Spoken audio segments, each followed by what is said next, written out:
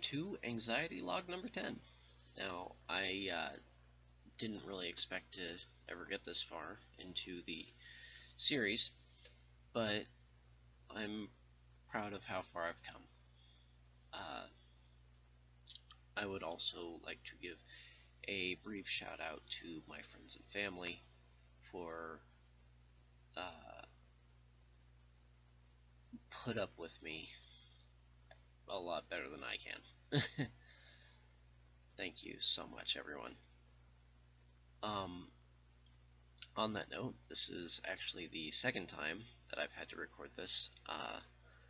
The recording that I did last night at 1 in the morning ran into some issues because of disagreements between Logicam software and Windows 10 Anniversary Edition. So there was quite a bit of disconnect between the video and audio. So I'm using the built-in webcam. I'm sorry. Hopefully it won't be too much of an issue. But anywho, today's topic is on Social Security and why I haven't tried to reapply in a while. So, a little bit of backstory. I have 25 years of documentation on my psychological issues. Yes, this is a Anytime Fitness folder because it holds paperwork a lot better than the manila folder that I used to have this in. But like I said, there's decades of paperwork here. And a lot of it is from being tested to continue to be in special education. And that was my entire school career from first grade on. But it is a very valid point. That was from back in the day when they were handing out Ritalin like it was candy. The school system didn't know how to properly to work with children with certain needs. In my particular case, I was bored a lot, and I had emotional disturbances from a plethora of issues that have gone on in my life, which we're going to talk about first before we actually get into the whole Social Security thing. So, as I have established before in previous videos, I had a troubled childhood. Between, deaths and tragedies and all that fun stuff that can really affect the child, and those sort of situations lead into something that is called childhood onset post-traumatic stress disorder. When a lot of people think of post-traumatic stress, they think, war zones and fighting and gunfire and bombs and all that. And while that can be a large part of a lot of people's issues, that is not always the case. Mental health is a very a fluid thing, I guess would be the best way to say it. It varies from person to person, and the situation is not always the same.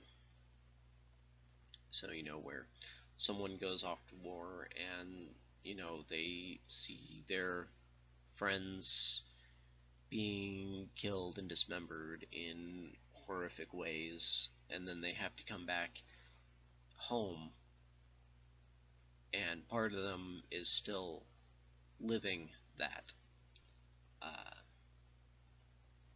And then you have cases like me where, let's see here, I was nearly drowned to death by another kid.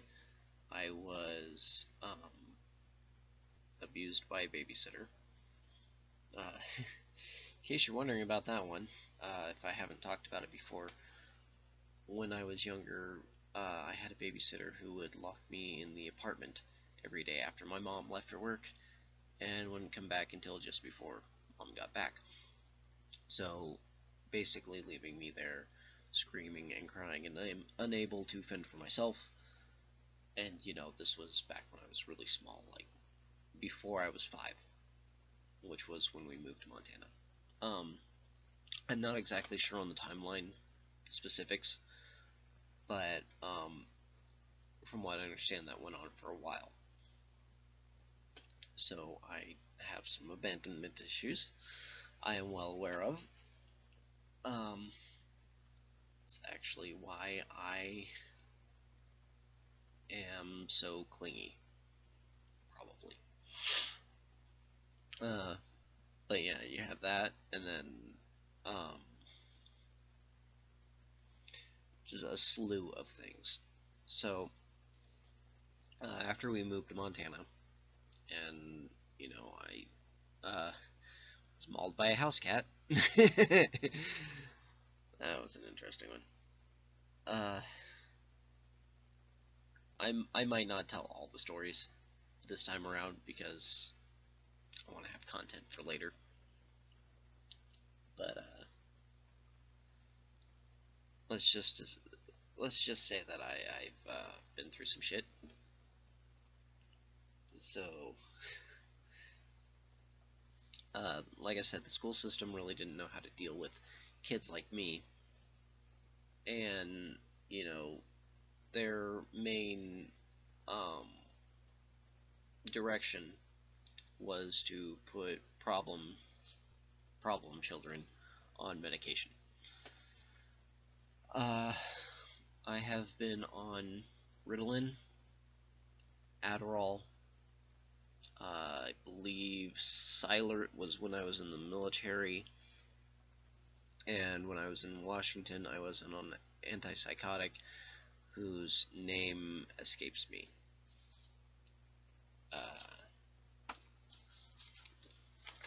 Sorry to waste your time like this, but I am actually curious. Shit. Oh, luckily it all stayed in order.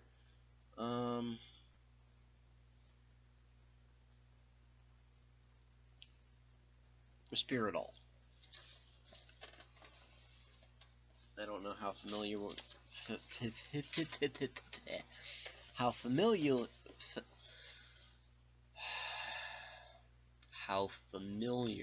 you are with that, but apparently it is a common antipsychotic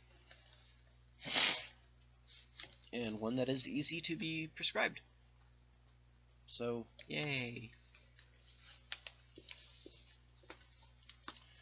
But yeah, actually, when I'm feeling really down, sometimes I actually read through these because it's fun to see how much, well, it's interesting to see how much progress I have made. Like, when I was younger, there were times where you couldn't understand a single thing I was saying or doing. And now I am almost a fully functioning human being.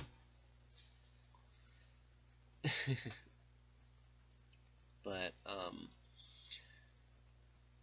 between Ritalin and Adderall, one gave me hives, made me extremely sick. The other one basically turned me into an imaginationless zombie. And at the age of 8, I tried to kill myself. When you put a depressed child on depressants, that tends to send them lower into the bowels of that mental illness beast.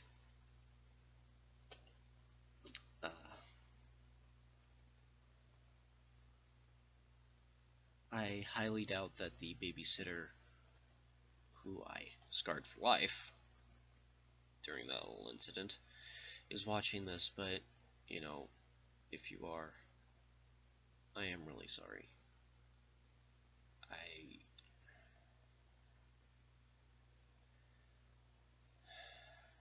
It is really easy to take the blame for stuff like this upon myself, because I have a guilty conscience. But, the medication didn't help anything, and the people who prescribed the medication were idiots. Plain and simple. But, yeah, that is definitely something that I'm going to feel bad for quite a while. But, because of that, my perspective on suicide developed, pretty early. I mean, you know, 8 years old. But, I promised myself that I would never attempt suicide again. There have been times where I came close to making other attempts. A few of them while I was in the Navy, actually. But I never let myself get that far.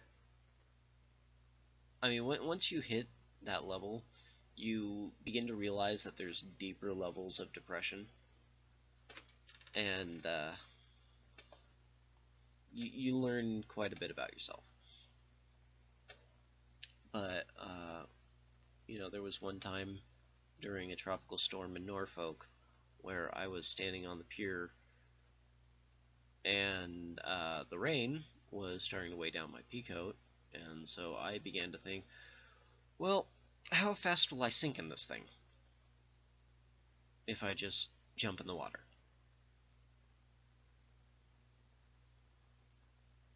The Navy was not a good time for me. And I don't think I was a good time for the Navy. So, fair is fair.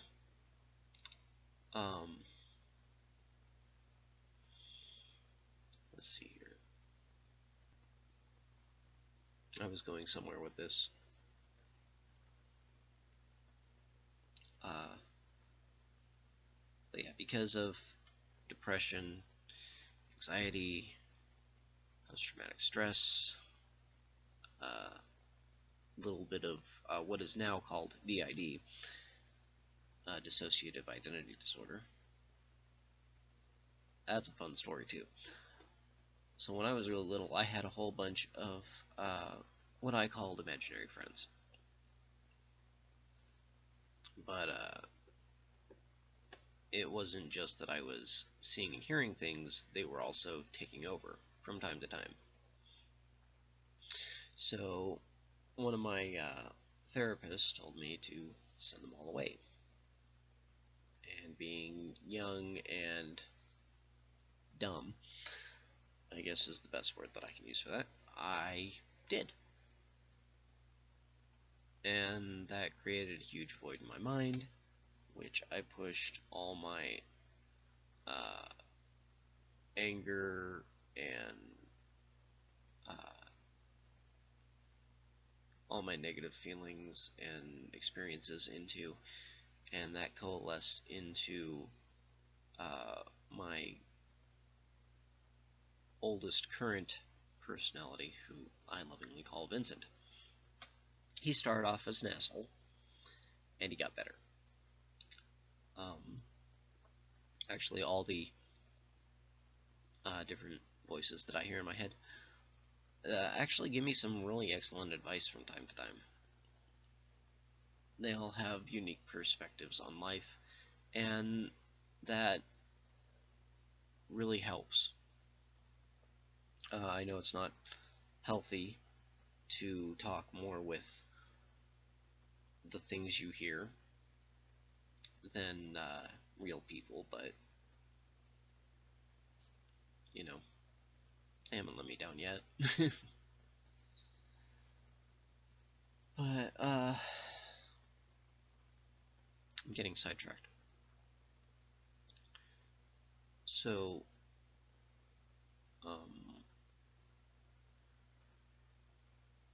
yeah, so all these issues really make it difficult to obtain and maintain work. In fact, the only jobs outside the Navy that I've ever had were dishwashing gigs, one during high school and one after I got out of the Navy, and I haven't actually held a job in 8 years. So, then again, looking for work is highly stressful, like I've said in the past video. But while I was in Washington, I did try to apply for Social Security disability. And let me tell you, that is a very intimidating process. Between going to the Social Security Administration office,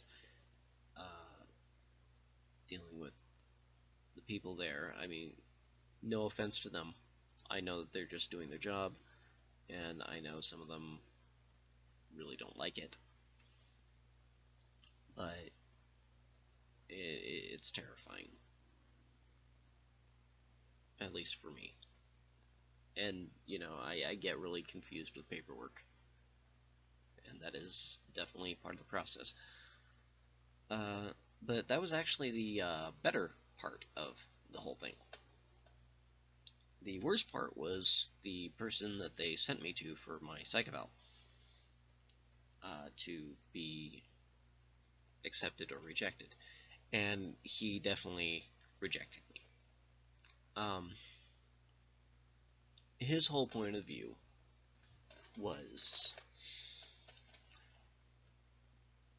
I'm going to reject you for this program simply because I feel that the only reason you seek any professional help at all is for mental masturbation.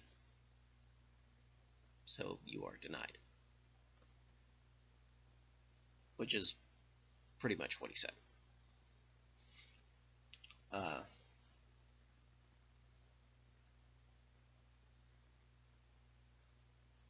Even with the amount of issues that I have and the amount of documentation that I have, I understand that, you know, it's to be expected that you're going to be rejected your first couple times. It's just not.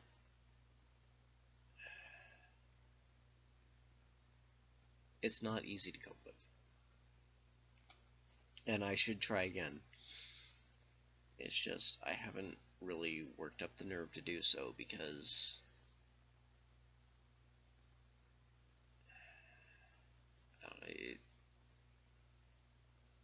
it's scary.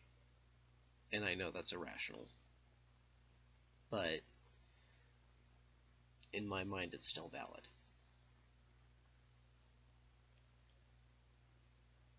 And, you know, when you see professionals for these sort of issues, it's a crapshoot. I mean, 50-50 chance you'll get someone good, 50-50 chance you'll get someone who really doesn't understand it at all. Case in point, sorry, the person I was seeing in Washington with the clinic that I was going to briefly, that gave me the antipsychotic. Her entire take on the process was, A, we were only going to have roughly half-hour sessions. B, she made sure to constantly remind me that it was a temporary situation, that the whole purpose of what we were doing was to make me viable to the workforce.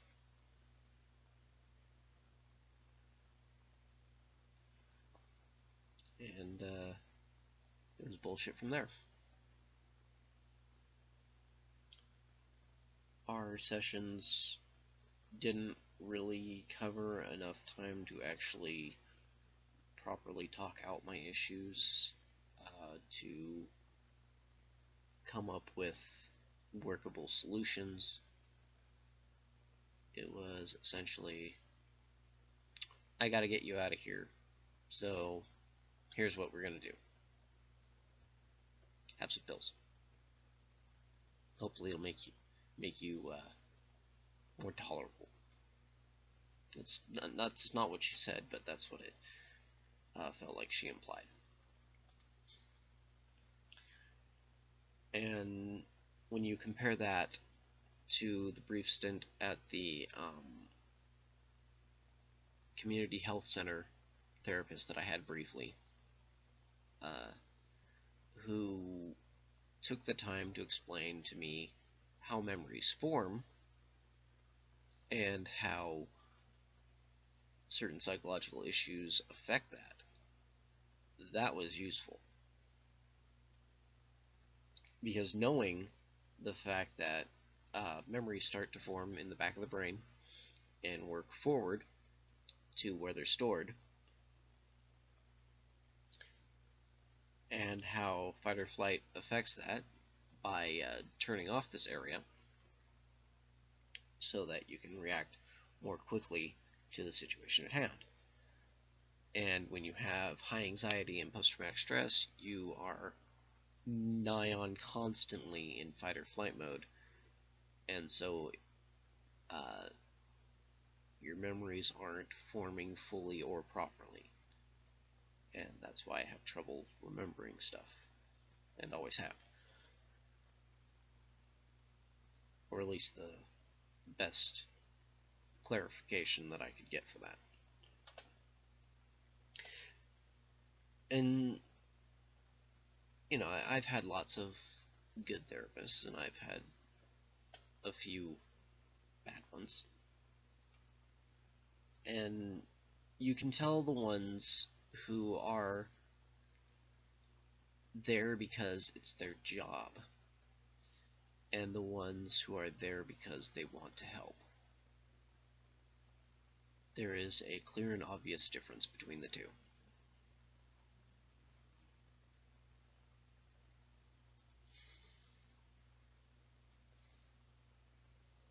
So, I guess the whole point of this entire half-hour spiel that I've been on is that I should probably try to reapply for Social Security disability. But, you know, if I do, I'm gonna need help. I can't do it by myself because those people intimidate the ever-loving hell out of me. Which, you know, is part of their job. I mean, the thing about mental health issues, or as they're commonly referred to as the invisible illness, is that it's not something you can see. I mean, you can see the symptoms in mannerisms and personality expression and all that, but unlike, you know, my hand here,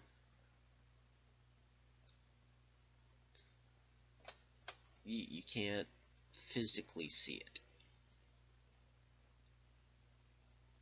So, you know, there are people who go in to get assistance who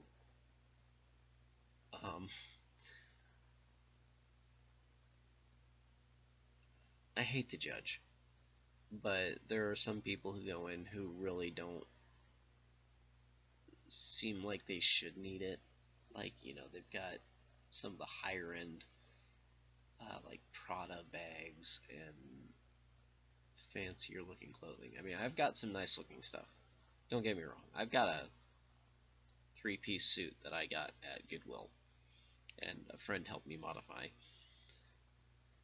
But, you know, a lot of my clothes are falling apart. Like, I've had them for a while, and some of it's really threadbare. Some of the shirts that I have holes all over them. But, I can't really afford to get newer stuff on my own. And I really hate asking for help on that front. That's a whole nother story in of itself. Um, that falls under my guilty conscience. And it is really difficult to ask for help in a myriad of different ways. And, whenever I go in to try to get assistance, I always feel like I'm taking away what others could be using. Again, irrationality, but that's just how I am. I mean, these programs aren't well funded, and we keep defunding them. We keep taking away more so that we can put as much money as we can into other government programs like military R&D. we send people into situations like war, where we basically break them psychologically, and then when they come back, we want nothing to do with them and their issues. And those who develop those issues within the country, even less so. Because, God forbid, we waste taxpayer money on helping people, right?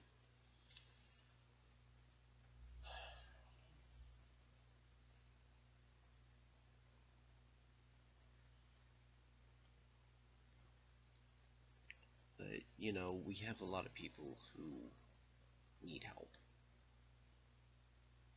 I mean, not just me. I mean, there are tons of people out there with, disabilities and impairments, and, it's very difficult to find a job even without these issues. But you stack them onto it, and it becomes even more difficult.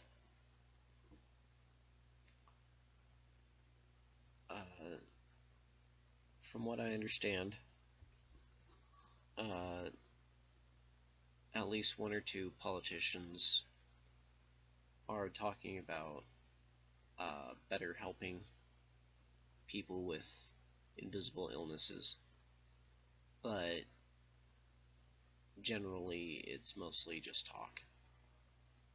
I mean, it is. They're just trying to make sure that they get the votes they need. I mean, if they actually pull through, that'd be amazing. But generally, I don't trust politicians. I mean, a lot of politics is lying to get what you want. It's terrible, but it's understandable.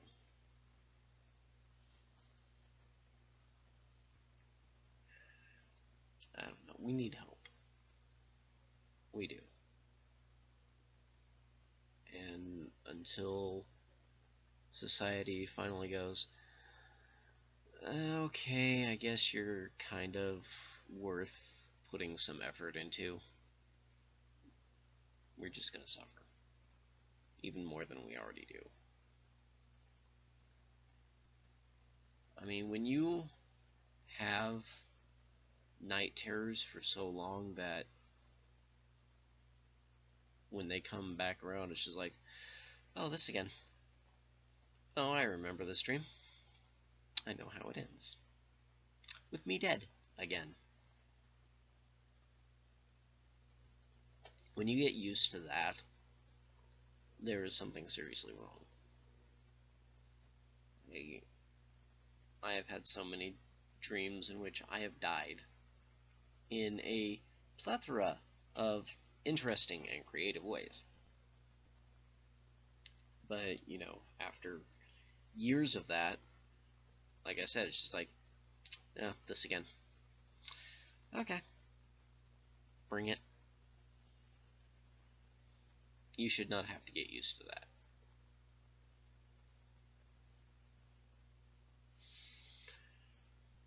So, I guess that'll do that for this video. If you liked it, I'm not sure why, but feel free to hit the thumbs up button. If you're new to the channel, please feel free to subscribe. At the end, I have added a button to my Patreon. I have that set to a monthly basis, and you can choose how much you give. It can be as low as $1, you know,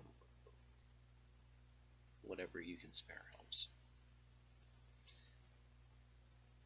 But yeah, you know, if you know someone who this might help, you know, bring it up in conversation.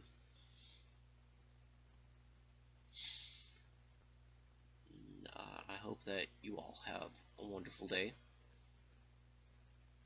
and until the next video, take care.